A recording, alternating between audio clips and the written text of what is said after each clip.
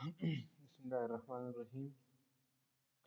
जैसा कि हमारे जो पिछला लेक्चर था उसमें हमने डिस्कस किया हुआ था अबाउट एजम्पशंस ऑफ ओएलएस के जो हमारे साथ एस्टिमेटर्स है, ये हमारे साथ क्या होंगे, इनके कुछ हमारे साथ एजम्पशंस थे कि जी इसमें हमारे साथ ऑटो कोरिलेशन का इशू नहीं होगा, इसमें हमारे साथ मल्टीकुलिनियरिटी नहीं होगी, हमारे पास इसमें जो ओएलएस के एस्टिमेटर्स है उसमें मल्टीकुलिनियरिटी का इशू नहीं होगा, हेट्रोस्केडास्टिसिटी का इशू नहीं होगा।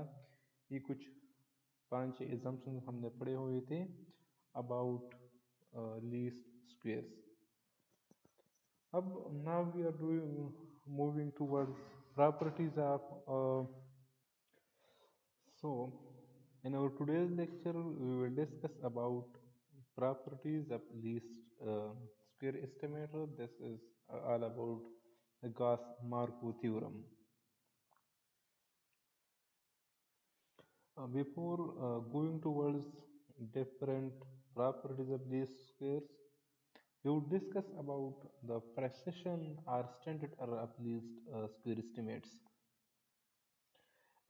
जैसा कि हम जानते हैं कि ये जो हमारे साथ लीस्ट स्क्वायर के एस्टिमेट से ये है हमारे साथ, these are the functions of our sample data, and we know that our samples does change, our data changes from sample to sample, and same is the case with estimates.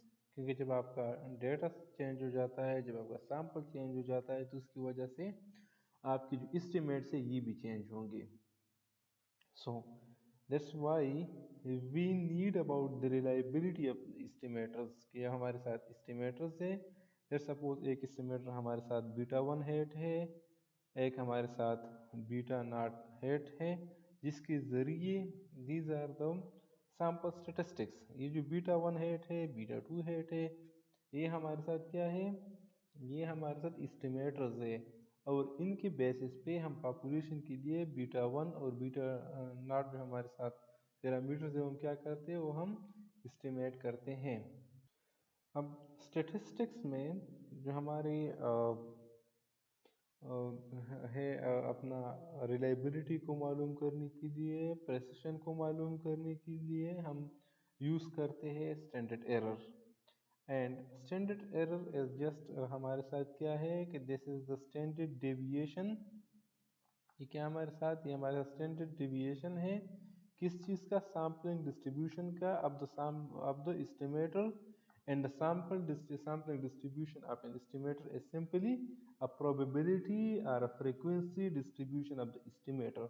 Simply अगर हम कहें, so we can say the standard error is the standard deviation of a sample distribution of a sample statistics. तो हम simply कह सकते हैं कि जो हमारे साथ सैम्पलिंग डिस्ट्रीब्यूशन है, उनके जो है अपना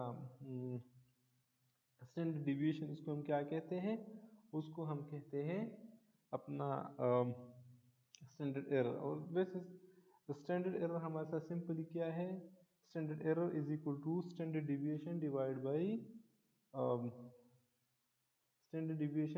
बाई n.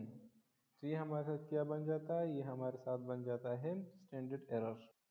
अब जैसा हमने अपने पिछले लेक्चर में भी हमने डिस्कस किया था कि हमारे साथ एक टर्म होता है, इसको हम कहते हैं रेसिड्यूल सम ऑफ स्क्वायर, या इसको हम कहते हैं रेसिड्यूल. कहते हैं क्या होता है कि हमारा जो एक्चुअल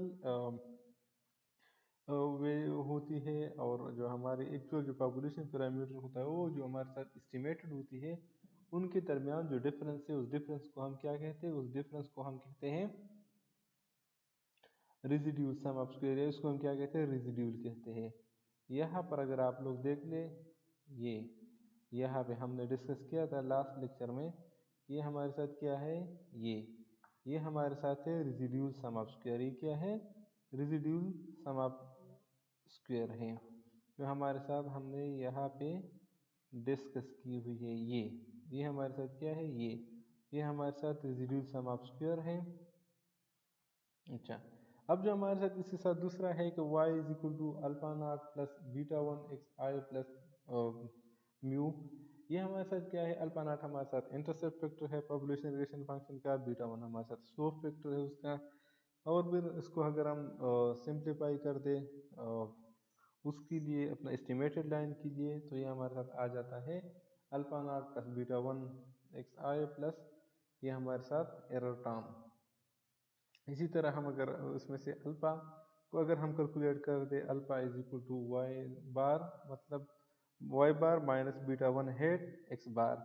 ये भी हम इंशाल्लाह पूरा इसके हम कैलकुलेशन करेंगे। ये जो हमारा फंक्शन है इससे हम इसकी क्या कर सकते हैं, इससे हम इसकी कैलकुलेशन कर सकते हैं, इस फंक्शन से हम क्या कर सकते हैं, इसकी कैलकुलेशन हम कर सकते हैं। इसी तरह जो हमारे साथ दूसरा है beta one is equal to n into sum of x y minus sum of x into sum of x y divide by n sum of x square minus sum of x whole square. इसके भी हम इंशाल्लाह पूरा derivation करेंगे इस पूरी function का।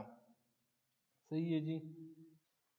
अब अगर हम देखें हमारे साथ जो बीटा है, बीटा का जो हमारे साथ वेरिएंस है वो हमारे साथ बराबर होता है बीटा वेरिएंस है beta is equal to sigma square मतलब वेरिएंस का square divide by standard division का square divide by sum of X minus X bar whole square. इसी तरह अगर हम उसका स्टैंडर्ड एरर मालूम कर ले बीटा का, तो हमारे साथ होगा सिग्मा जो हम क्या करते हैं, हम यूज़ करते हैं variance of the error term के लिए हम यूज़ करते हैं divide by sum of X minus X bar, ये हमारे साथ इसका अंडर रूट। इसी तरह जो हमारे साथ अल्फा का स्टैंडर्ड एरर है ये हमारे साथ बराबर है sum of X I square divide by sigma square divide by N into sum of X I minus X bar, ये हमारे साथ इसका जो अंडर रूट इसके बराबर होता है। इसी तरह जो हमारे साथ होता है जो हम यूज़ करते हैं अपना, इसी तरह जो हमारा अपना सिग्मा स्क्वेयर है ये जो हमारा सिग्मा स्क्वेयर है दिस इज इक्वल टू हमारे साथ क्या है, ये हमारे साथ बराबर है sum of mu square divide by N minus K. N minus K क्या है, ये हमारे साथ डिग्री ऑफ फ्रीडम है। एन मतलब हमारे साथ टोटल नंबर ऑफ ऑब्जर्वेशन है और के हमारे साथ पैरामीटर है। अगर हमारे साथ सपोज बीटा नॉट और बीटा वन है तो यहाँ पर हमारे साथ कितने बन जाएंगे, दो। के क्या होगा, के दो के बराबर दो होगा। अगर हमारे साथ beta not beta one beta two है तो हमारे साथ इस के की वैल्यू क्या आएगी, इस के की वैल्यू हमारे साथ आ जाएगी 3। अब ये हम देखते हैं कि ये सिग्मा स्क्वायर जो हमारे साथ है ये है क्या, this sigma square is nothing but this is the constant और होमोस्केडास्टिक वेरिएंस ऑफ हमारे साथ एरर टर्म। ये हमारे साथ क्या है, ये जो हमारे साथ म्यू है ये इसका होमोस्केडास्टिक और कांस्टेंट वेरिएंस है जो हमने एजम्पशन पढ़ी थी वेरियस पैरामीटर्स की कि एस्टिमेटर्स की हमारे साथ क्या होंगे, ये हमारे साथ होमोस्केडास्टिक होंगे। जो हमारा